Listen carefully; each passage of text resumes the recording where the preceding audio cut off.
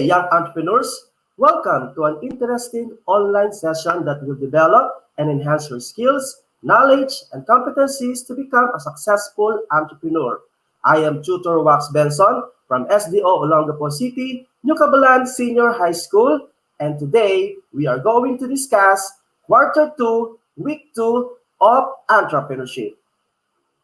Our topic for this week is all about the 4M's of production and business model.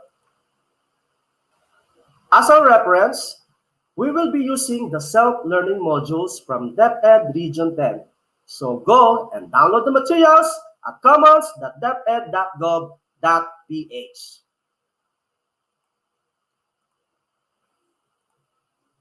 Last time, we are able to discuss the 4M's of operation. In developing a business plan, we also have to consider the importance of the 4M's of operations in all business opportunities. Do you still remember the 4M's of operation that we discussed last week? Yes. So, they are the manpower, method, machine, and materials. This will help you to identify the problems of the business in the future and in actual situations, especially in the production process and marketing. In application of your 4M's of production, it is best to consider the customer's point of view in terms of their influences as to why they will buy a particular product. Your product aims to answer each consumer's wants or needs and meets with their expectations over the product. And how do suppliers, value chain, and supply chain affect the business and production? In this week's objective, we are going to appreciate the importance of production process, business model, and business plan. But before we start, let us do the What I Know activity in our module. On our directions, write true if the statement is correct, otherwise, write false if the statement is incorrect on the space provided. Number 1. Business model describes the rationale of how an organization makes, transports, and captures value in economic, social, cultural, or other contexts. What do you think is your answer? Is it true or false? If your answer is true, that's correct. Great job. Number 2. Financial section shows the money needed for the business, how much you will take in and how much you will pay out. What do you think is your answer? Is it true or false? Can you guess? If your answer is true, that's correct. Now let's proceed with question number 3. Marketing section describes the factors of how an organization creates, delivers, and captures value in economic, social, cultural, or other contexts. What is your answer? Is it true or false? If your answer is false, that's correct. Number 4. Executive summary is part of the business plan, which is the first to be presented but the last to be made. Is it true or false? Can you guess the answer? If your answer is true, that's correct. How about the 5th question? Organizational chart is the diagram showing graphically the relation of one official to another or others of a company. What is your answer? Is it true or false? If your answer is true, that's correct. You may check your module to answer all the given questionnaires and submit your corresponding answer to your subject teacher. Now let's go to our discussion. Let us now discuss our topic this week. Are you familiar with the business model concept? If not, using your dictionary or our resources from the internet, let us define what is a business model and why it is important in preparing our business plan. Basically, a business model describes the factors of how an organization creates, delivers, and captures value in economic, social, cultural, or other contexts. The development of business model construction and variation is also called business model innovation and forms part of a business plan. It is a company's plan on how it will make revenues and make profit. It describes what products or services the business plans to manufacture and market, and how it plans to do so, as well as what expenses it will incur.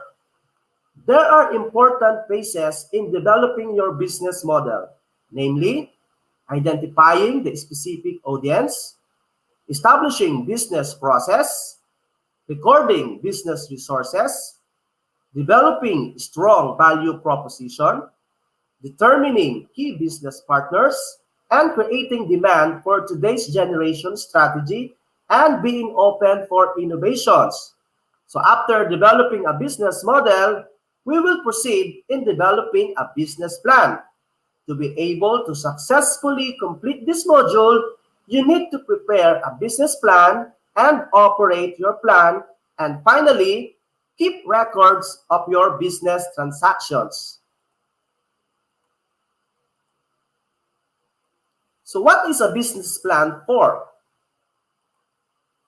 There are business plans written prior to setting up an enterprise, which are similarly to a pre-feasibility study and a feasibility study.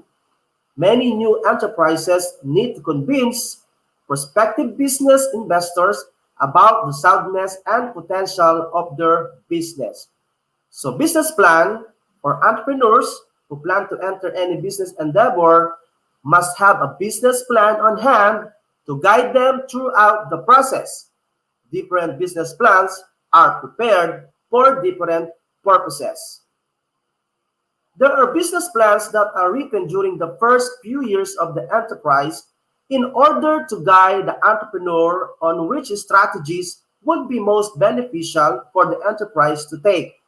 And there are business plans that are focused on bringing the enterprise to a higher level of growth, a period where the enterprise has already reached its peak and would want to enter into another endeavor by creating and re-establishing itself.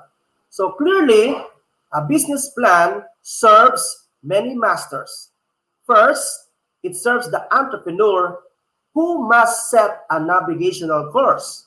Second, it serves investors and cautious financiers. And third, it serves the managers and staff of the organization so that they will know the strategies and programs of the enterprise.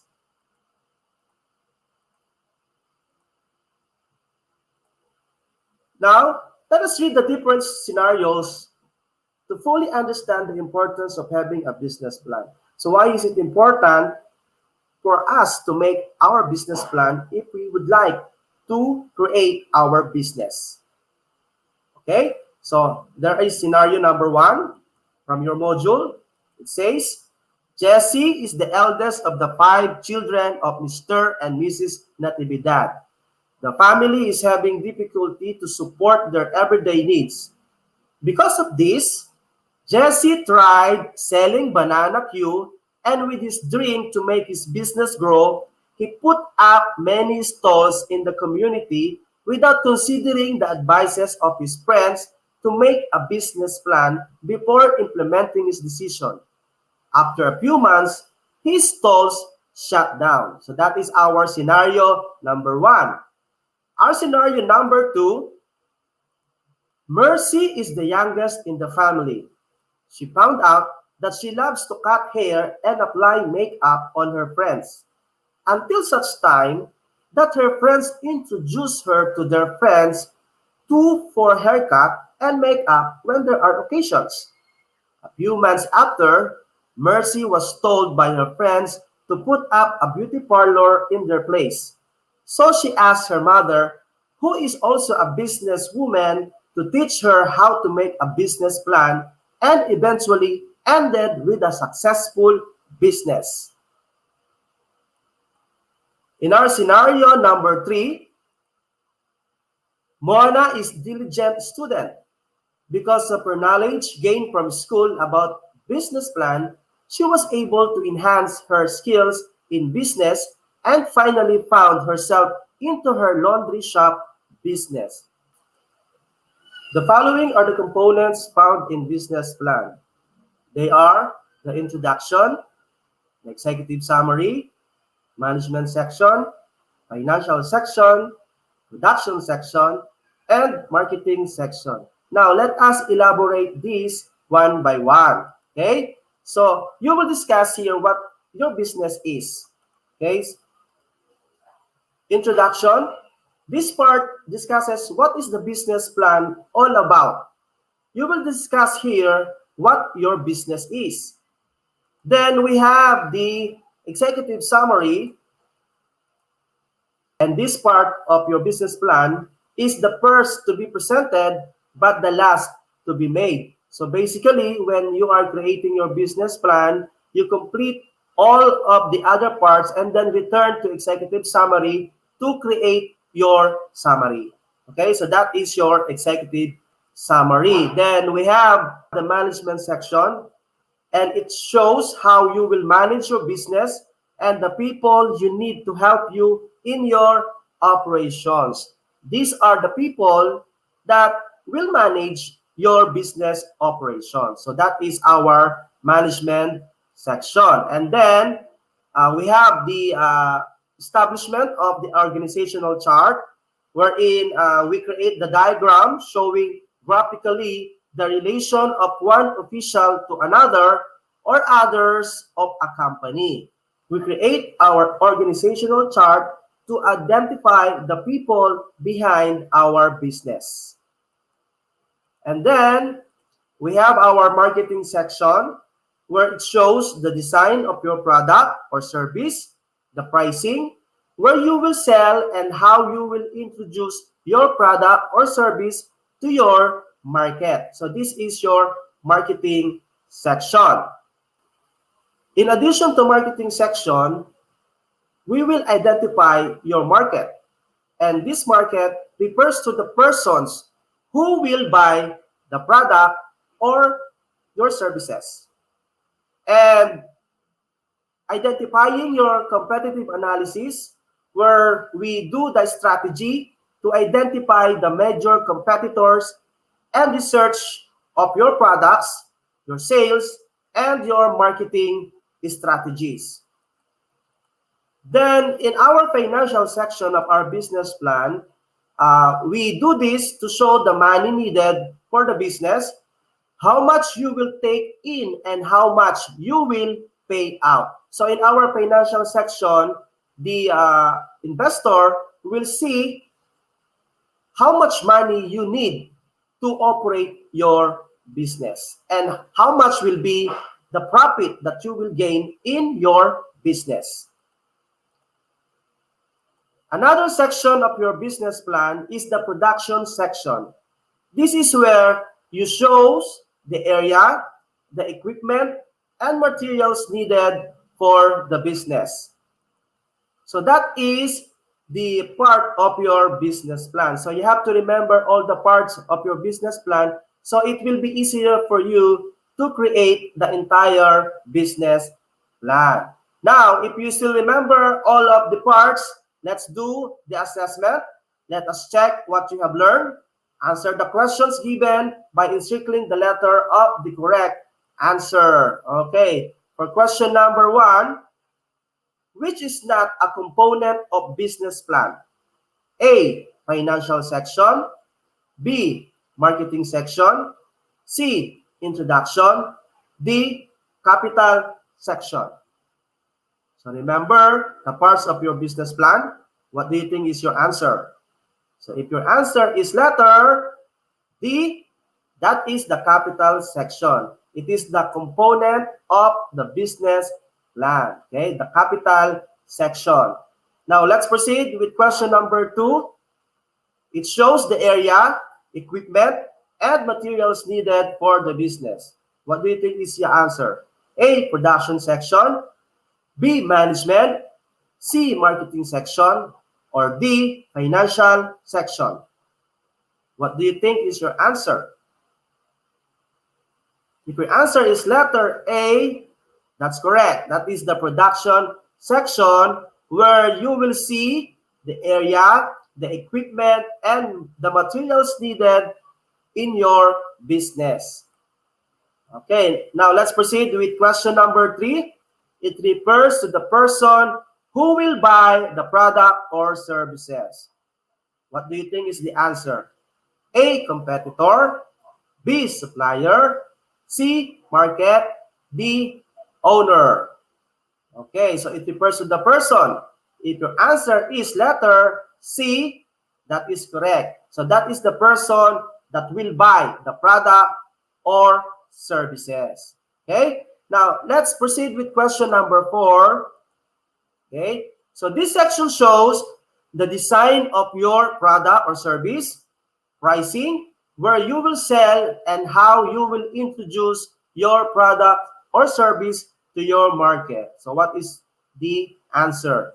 Letter A, production section. Letter B, management. Letter C, marketing section. Or letter B, financial section. What is your answer? Okay, so this is the section where it shows the design of your product or service. So if your answer is letter C, that is correct. That is the marketing section. Okay, now let's proceed to question number 5. This describes the factors of how an organization creates, delivers, and captures value in economic, social, cultural, or other contexts. What do you think is your answer? Letter A, prototype. Letter B, product description.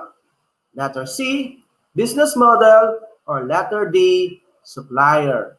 So what is your answer? If your answer is letter C, that is correct. That is business model. It shows the factors of how an organization creates, delivers, and captures value in economic, social, and cultural or other contexts. So that is a business model. So how was the learning today?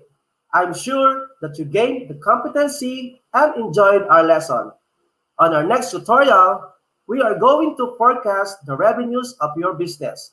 So tune in next week as we go on more business field experiences only here on DepEd Etulay TV.